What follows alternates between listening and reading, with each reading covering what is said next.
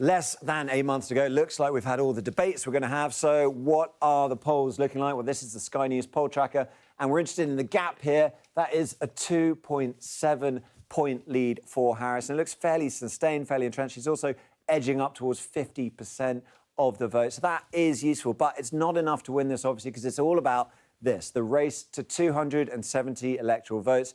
Now, we've talked about swing states before. Here they are in grey all over the country. But we're going to go one better than swing states and talk instead about swing counties. Now, there are 3,000 counties in the USA, more than 3,000, but we've picked out 7 our data team. We're going to talk about 2 of them today and where they might decide the race, or at least give us an indication of where it's going. So let's go down to Arizona, that swing state, and we're going to go to Maricopa County, the city of Phoenix in the middle of that. And what's interesting about this is there are so many votes here. 62% of all the votes available in Arizona are coming out of Maricopa County. So it's important in and of itself.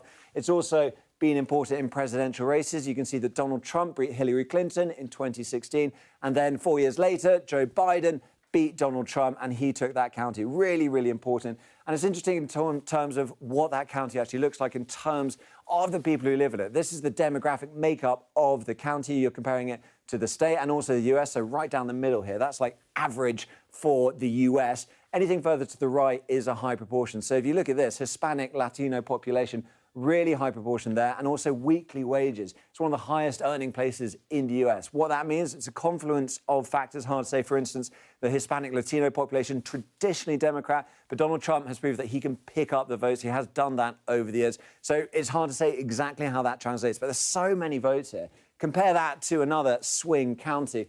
It's really, really an opposite story. Pennsylvania, we've talked about it before. We'll talk about it again. Let's go to Erie County over here. Now, there are not many votes here. In fact, there's only 2% of the entire votes available in Pennsylvania. But what it does seem to have is a big predictive power, not predictive, but whichever way Erie County goes is where Pennsylvania tends to go to. So Trump beat Clinton in 2016, and then again Biden won it back from Trump. Difference here of just 1,417 votes. That shows how small this county is and how small the margins in that county is. But if you're watching on election night, and if Erie County goes one way, that could be a crucial indication. But it does show the size of the task, really, this race to 270. You've got 2 very different places, Maricopa down here, Erie up in the north, and both candidates have to hit both because what they want is to get those electoral college votes, 11 in Arizona, but 19 in Pennsylvania. So again, that is why Erie County, Pennsylvania, is going to be crucial to this whole race. So if you're watching and Erie County goes one way, that could be a really good sign